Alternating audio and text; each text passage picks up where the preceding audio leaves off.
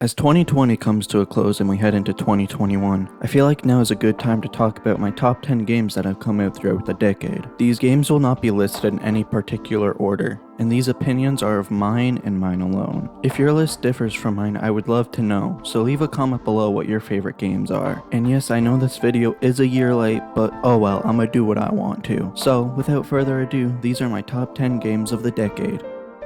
Number 10. Shadow of the Colossus.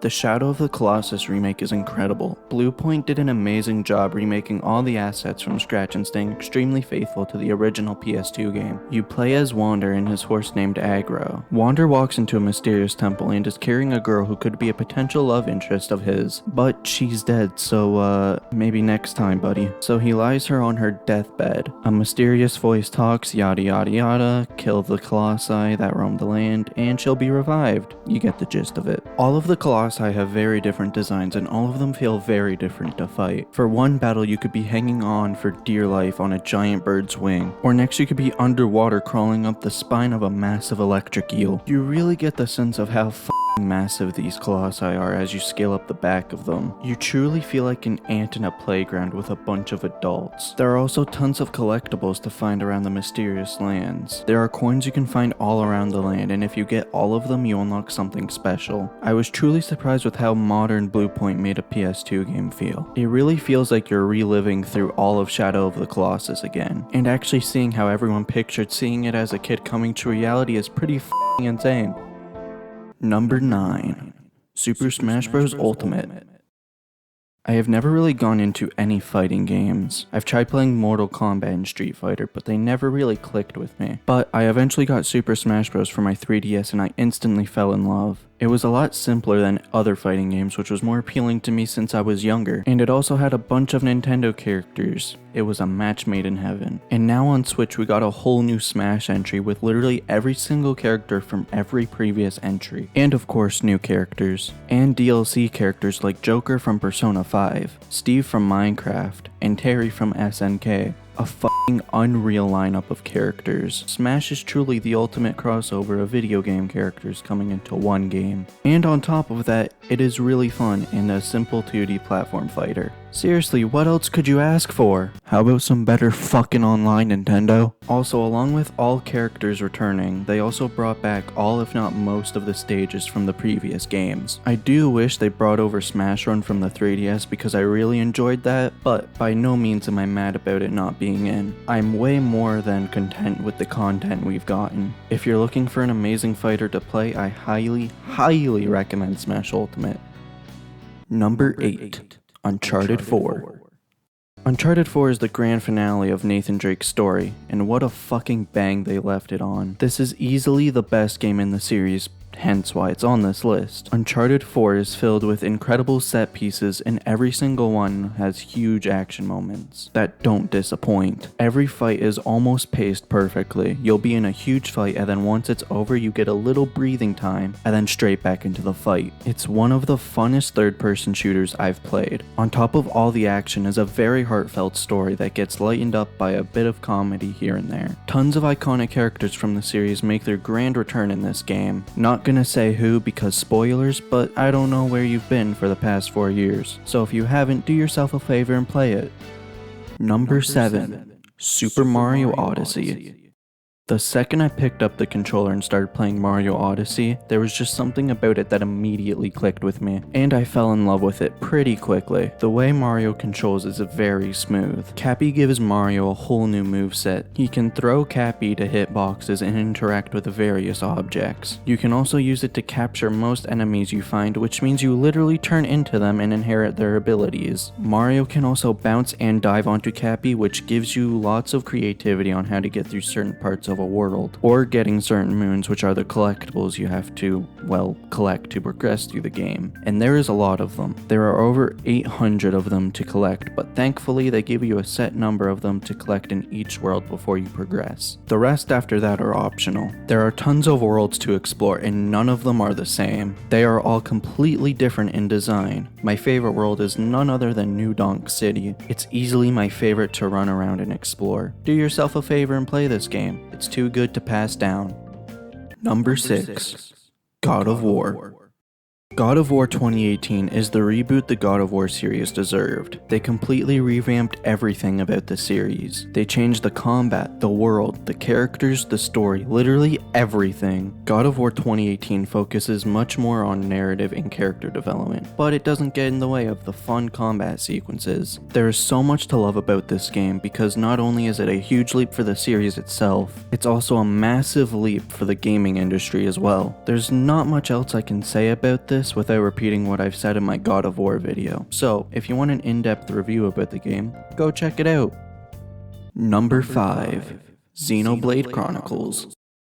Xenoblade Chronicles came out 10 years ago on the Wii. I didn't get to experience it on the Wii though. My first experience was on the 3DS. Yeah, it wasn't great, but earlier this year the game got entirely remastered for the Nintendo Switch. They changed the art style to more of an anime approach instead of the semi-realistic art style in the Wii version. And I personally like the Switch art style more. So once I saw that it was out, I decided to give it another shot, and I loved it. Xenoblade has a massive open world with multiple areas to explore, a lovable cast of characters, and enjoyable combat. But the combat definitely isn't for everybody. It's kind of MMO style where you have a line of skills and once you use it you have to wait for a cooldown. The Switch version also adds an expansion to the game called Future Connected, and it takes place after the main story. It gives you an entirely new area to explore and has a bunch of new characters while still letting you play as Shulk and a few other familiar faces. If anyone is looking for a new RPG to play, I recommend you keep this on your radar. Number 4. Marvel SpiderMan.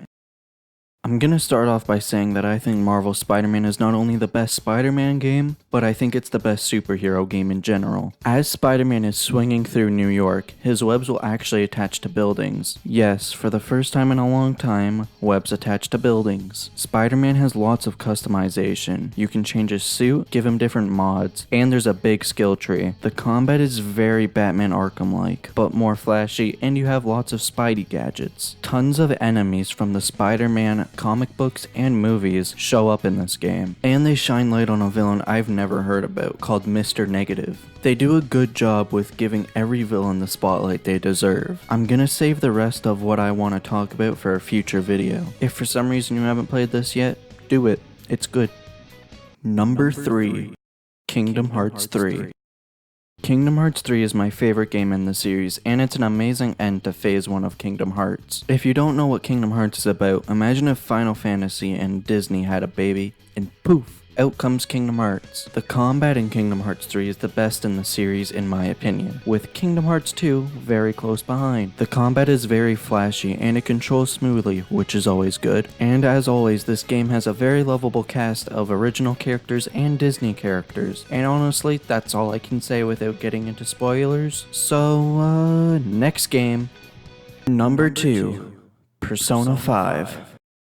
I have never been truly addicted to a game until I played Persona 5. I spent like 10 hours a day playing it. Definitely not healthy, but it was the most fun I've had with a game in a while. The art style is phenomenal. It deserves to be in a museum. It's a masterpiece. The combat is turn-based and it's very fun. There are so many different attacks you can use. You have your standard attacks, your persona skills, and gun. It also has life sim elements. You can hang out with your friends, you can get a job, and wait, you have to attend school? No one told me I'm gonna have to fucking go to school in my video games. Why can't I escape this? Please go away. I don't want you near me anymore. The characters are extremely lovable, and since they are high school students, they will be very relatable for lots of people. As this is a JRPG, it will take you about 80 to 100 hours to complete it, so it's a very big commitment. I can't do the game justice since I don't want to spend too long talking about each game, but please go by and play this game if you like turn-based JRPGs.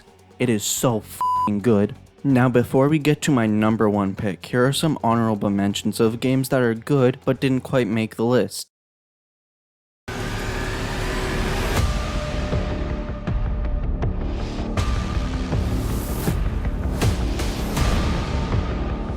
Insomnia Falls.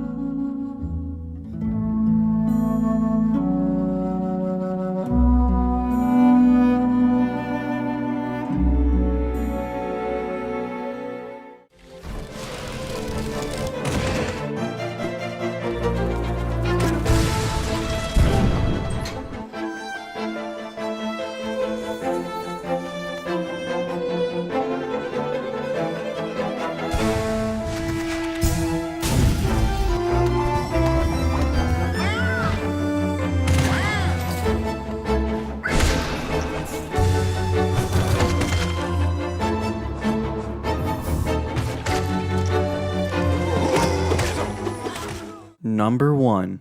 Breath of the Wild.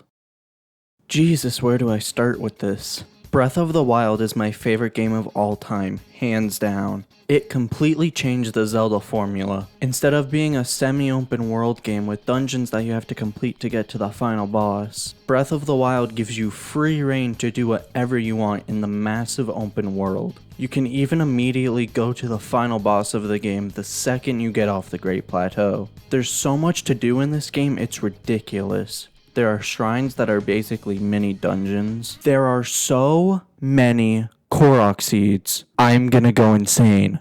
Link can also wield multiple types of weapons, but they break, so be wary. And that's all I'm gonna talk about because I will be making a Welcome to on Breath of the Wild, and I'm gonna try to get it out in 2021, but anything can happen, so don't hold me to this. But if you don't want to miss the video when it comes out, make sure to subscribe. These have been my top 10 favorite games of the decade. Let me know what yours are in the comments below. With that being said, I'll see you all in the new year.